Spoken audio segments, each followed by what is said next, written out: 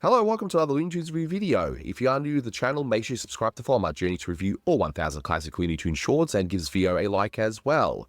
So this is a review for Dime to Retire, and with me today to retire and watch some cartoons is my good friend S.C MacPeter. Say hi. Ain't we got fun today, Anthony? Yes, the main running theme here, but at least this is a good one, and we'll certainly go through why in just a moment. First of all, as mentioned, this is a review for Dime to Retire, released on the 3rd of September 1955. It's the 749th of the series, and it's directed by Bob McKimson. Now, physical media at the time of this recording, the only way you can see it is on that Daffy Duck Superstars DVD, but it's cropped.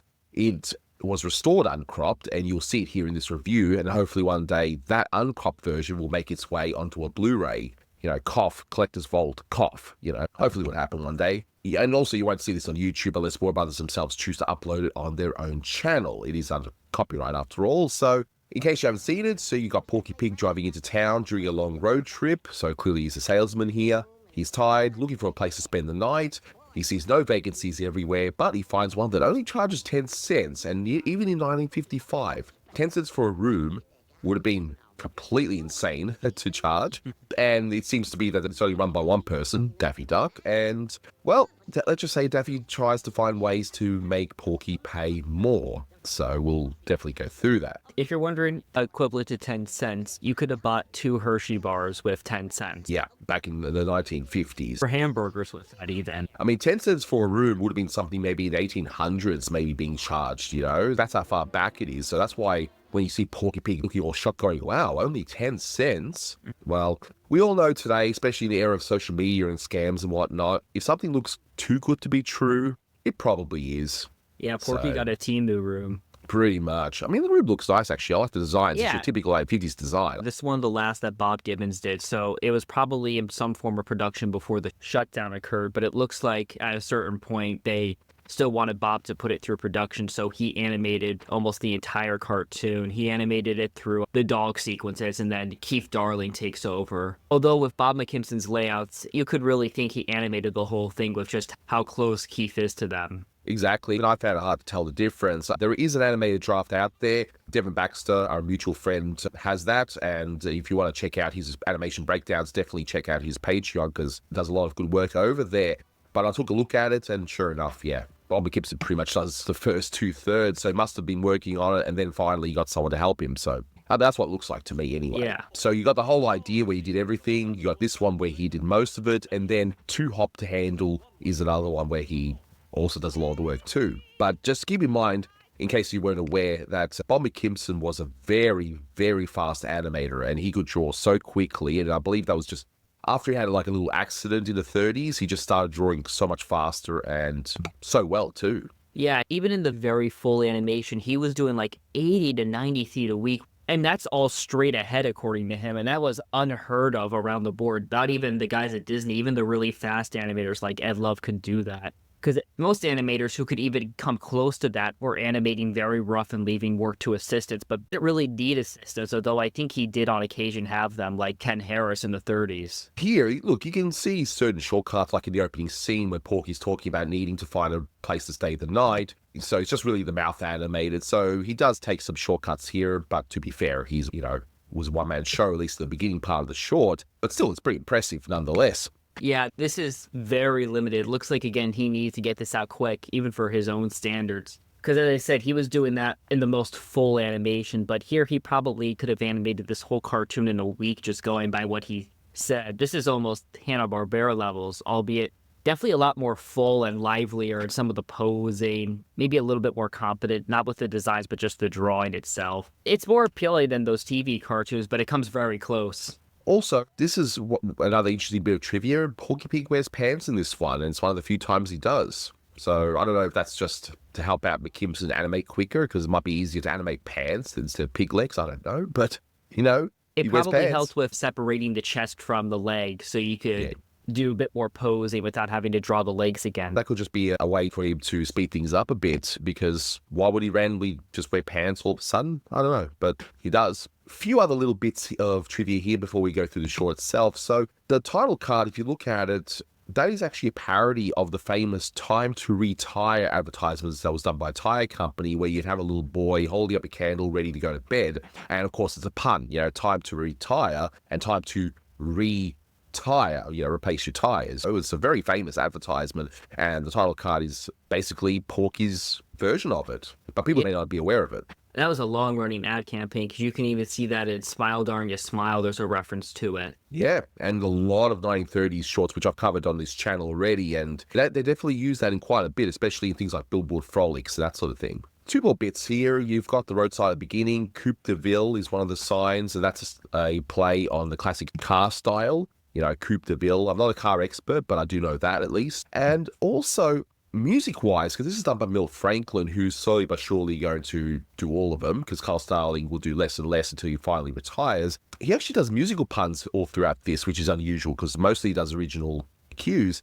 And he uses Ain't We Got Fun as a quote-unquote theme for this one, and We're in the Money. So it seems like that any musical puns that are used are the ones that are the very few, like Ain't We Got Fun and We're in the Money, but nothing really obscure anymore. Yeah, that may have been Milt's own taste. We don't know. He died pretty young. He wasn't interviewed. Neither, I don't think Bill Lava was either, so we can't really tell what his sense of music was, but he was educated understanding that, and he was his arranger, so the cartoons, even if they don't have the musical puns, they still sound the same, even without the choices. It's a great score, though, and honestly, the puns here are really good. They definitely work to the advantage of the cartoon, especially whenever we see Daffy Duck. He's obviously got this wonderful scheme going on, and I've mentioned this before in other reviews, but in case this is your first review, I love the McKimson, Daffy, and Porky team-ups. Some are better than others, and yes, the earlier ones are a little bit better, especially with better animation and such, but I love them. There's just something about them that just have its own flavor. Like, they're different to what Clampett did.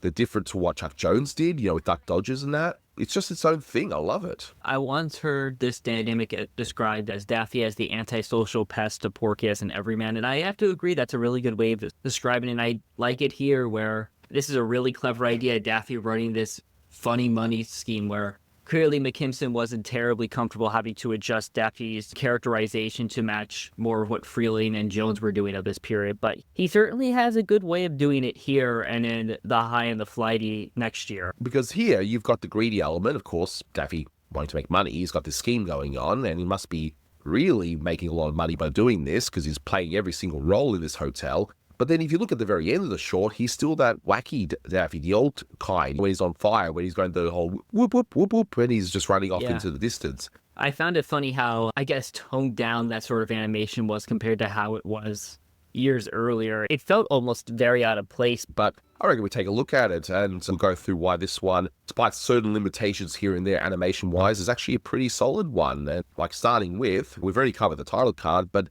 as soon as we open up, these backgrounds, I love them. They're great. And the way that this beginning part's laid out, with the whole emphasis of, no vacancy, and seeing Porky so tired, I think this is also well directed. For the most part, there are a few shots where I felt there's too much headroom above. I think it's just kind of weird, but aside from that, I like it. These cartoons, as far as I can tell, were never properly framed for widescreen, at least until the 60s.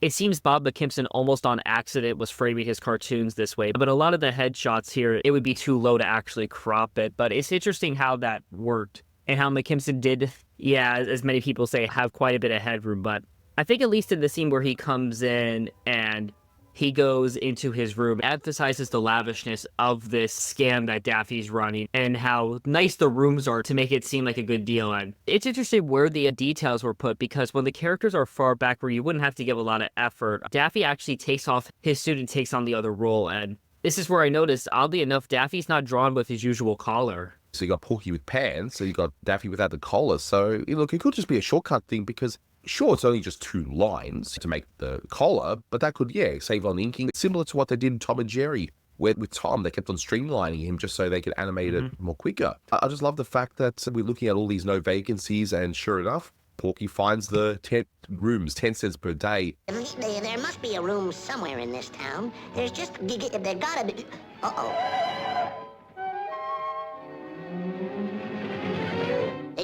Gosh, only 10 cents a day? That's all it is, sir. 1 thin dime.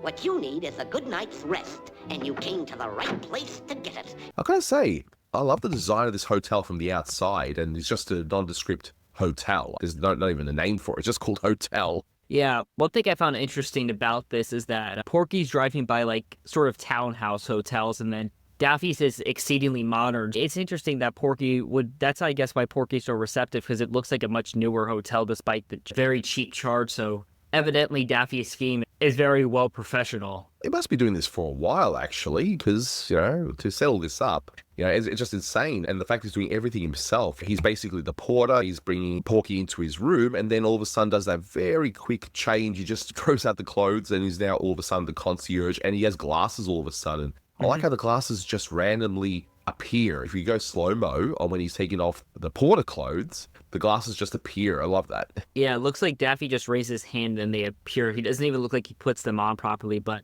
I love these suits for Daffy. They make him look like just a big jerk, especially with that flower. And I love the fact that they emphasize that he's in room 16. Because it makes Porky feel like he's in a hotel that has actual rooms taken, when it's clear that no one else in this little town is falling for the scam. Gosh, now make yourself at home. Anything you need, just give us a ring.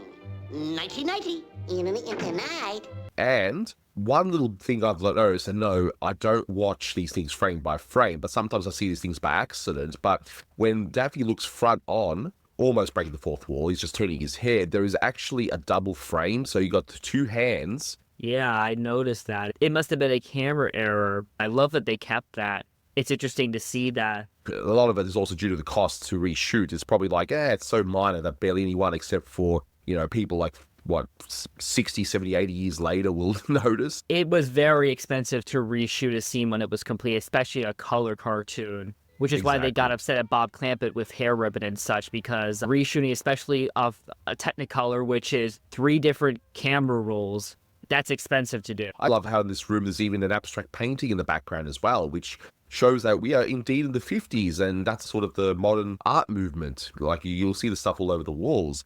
But sure enough, Porky's just happy that he's found a good deal, which, again, as we all know, if something's too good to be true, it probably is. Only today, 10 cents a day for this swell room.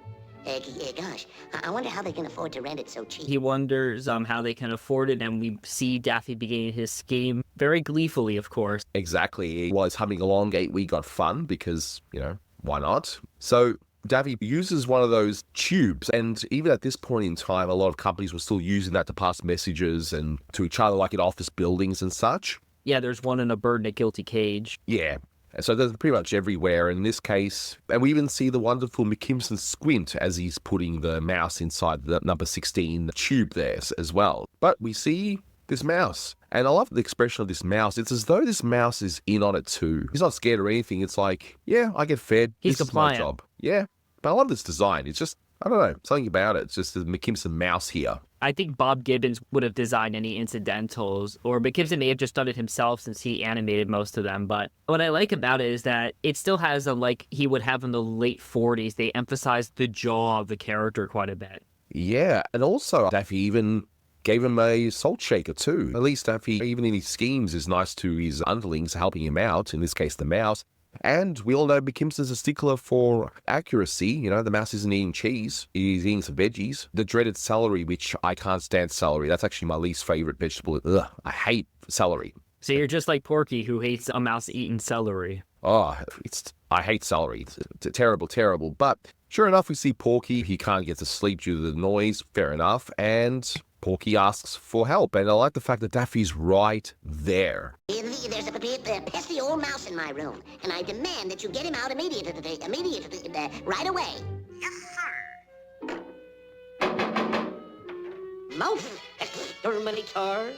And again, there's no one else here, even though Porky's in room 16, and I like the design of this cat. It's a typical McKimson drawing of this period, but I like just the fact that it's orange, and it's not a typical black cat because it wouldn't register well on Daffy. It's just got these big paws, big feet, and it just got this unibrow as well. This cat is, I guess, he's part of the scheme, but maybe he looks like he's being used too much in the scheme, and he just doesn't like it anymore.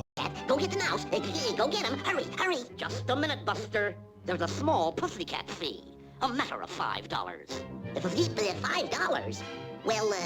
Well, okay. I just gotta get rid of that mouse. Here, 1, 2, 3, 4, 5. And I'll let him go. I like that the cat, he just immediately goes to sleep, or maybe that's his act. Maybe all the animals here already know their act. I like the unusual layout of how it's framed with Porky trying to get the cat off the bed. I don't usually see this in any films, let alone McKimson. And then, of course, he tries to do a sort of typical cartoon try and fail gag where he puts the board under and it pushes him up. Nicely animated, one of the few pieces of real movement in this cartoon, though. I like the fact that this cat, well, he pretty much acts like a lot of cats, you know? It's like, nope, I'm going to sleep in this bed and you're not moving me. That's Yeah. pretty much my cat right I there. like the little subtlety where the cat's eyes, they actually change where they're looking when Porky covers them. So he's looking up when he crashes in. We already know what the whole scheme is going to be, and sure enough, we get the dog, because that's a logical progression, isn't it? Sid Design. Marcus here, I think every animal at least has a little bit of a clever idea behind it, where this dog is a boxer. It's like Sock-a-Doodle-Doo, where he rings the bell and he starts using Porky as a punching bag.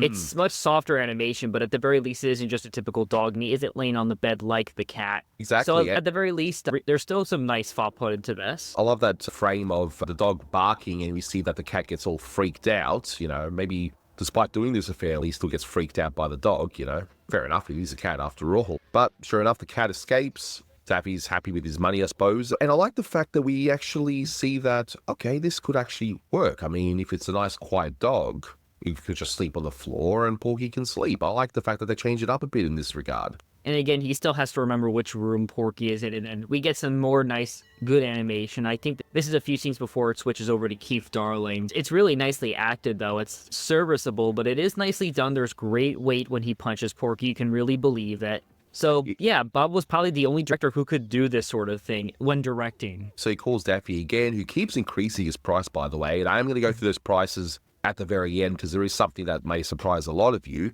But I like the fact it cuts to the fact that you got the dog and his shadow, because what is he doing, guys? He is shadow boxing. Ha ha. A nice little pun there. Great layout there, too, with the light. You wonder where this cartoon's going to go by this point. Sid Marcus must have been like, you know what, let's just put a line in it, and sure, why not? Where did And this they line emphasize come the from? shadow coming out. Exactly, yeah. And I'm thinking, where does Daffy even keep this line? I mean, he not only is by himself running this whole hotel and doing everything, how is he even maintaining and feeding all these animals too? How much does he really make on this scam? Well, he has to make a fair bit, because to feed a lion, you got to give him so much meat every single day. So I guess that's, well, then again, he's probably making so much in this scam that he can easily afford to feed this lion. But sure enough, as expected, Daffy expecting another phone call. And I like that added touch where he's on the phone and he's even carrying the money with one hand too.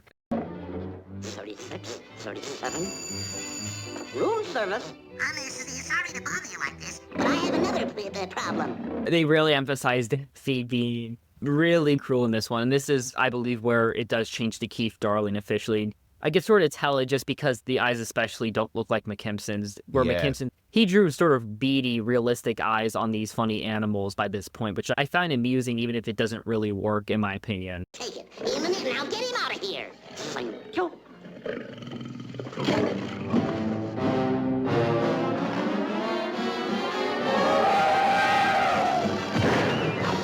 But we see that somehow Daffy has an elephant. And, you know, this short is almost, in a way, story-wise, kind of like what Tex Avery would have done. Because, you know, Tex Avery would always build things to extremes. It's a similar thing here. That's what I love about it, too. I wish that Marcus had come back during the shutdown. I think he at least was giving more life, even if it didn't always work in the stories. Yeah, Especially 'cause- since he had new gags and Ted Pierce. But I still like Ted Pierce. I just think McKimson wasn't the best story editor and he needed stronger writers. And I love the fact that how easy Porky is at just giving the money. I like the fact that he doesn't even think twice about giving the money at this point. He's asking for a lot at this point. I also love the fact that he pushes the lion out with the elephant. I mean, how much money does Daffy make? Because you have to repair that room as well. But how's he going to then get this lion back in his cage? There's so many unanswered questions, but we don't need to know the answers. I just think it's funnier as a result. But we see that the elephant, well, it's kind of crampy in that room now.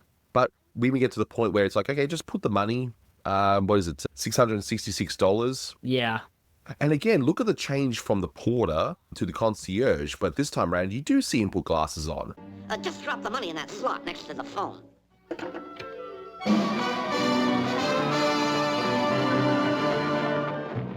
Notice that he almost looks like he works at a zoo before he does that. So I guess this really is Daffy's zoo that he just uses as a rundown hotel, but it's really nice. And then, yeah, we wonder what's going to get rid of the elephant. We already know. Yeah, a mouse scares an elephant, and he's back there. He gets more celery. And the thing is, had Porky decided not to stop, would this have just continued on and on? The cat coming back, the dog coming back, and so on. You'd have to wonder. We don't actually see the elephant escape or anything. We just see the whole room shaking, and we see the close-up Cut of to the the mouse. mouse, Yeah. just enjoying his celery. And I thought this was a very clever touch by McKimson. We don't even see Porky freak out. We just see him go to his car. Exactly, and he is done. Honestly, he should have been done ages ago. So at this point, I'm going to break down the costs for you, okay? So, of course, room 10 cents, right? So it's $5 for the cat to exterminate the mouse, so $10 for the dog to get rid of the cat, $26 for the lion to get rid of the dog,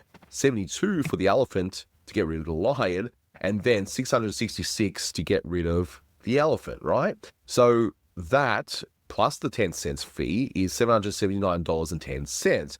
Now, as per the inflation calculator, that is the equivalent of $9,345.28 in 2025.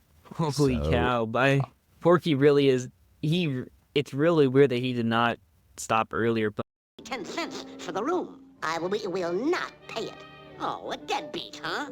I'm just watching the scene again where Porky is out and Daffy tries to stop him because he didn't even pay for the room, which is funny. And I love this touch. Daffy is so mean that he just casually stops Porky, doesn't even let him put down one of the bags. He keep pointing on his car. And then we see the twist where, Porky is a salesman, and with Porky being a salesman, he's a really good salesman, despite his speech impediments. He's making tons of cash, I suppose.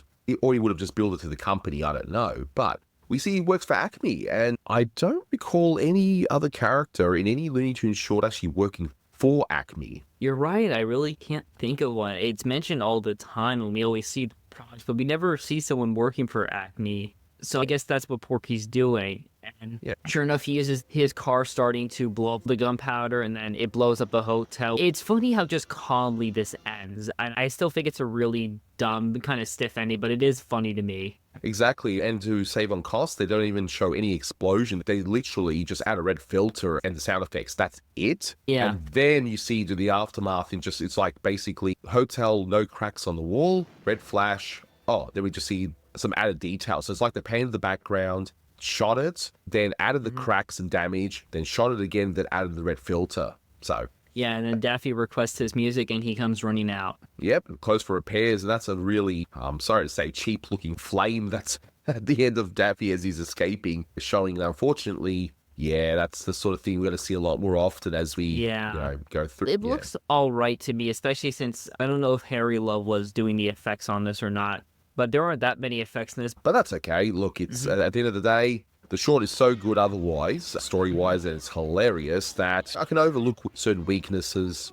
It is what it is. Give this one like an 8.5 out of 10. There are other ones I prefer more than this, but I still think it's a very funny, very competent cartoon from McKimson. I wish they were all more like this, where they could just deliver another funny gag after another. I agree. 8.5 out of 10 for me. It's not a go-to one on the Porky and Daffy team-up that McKimson did, but my goodness, it's still hilarious.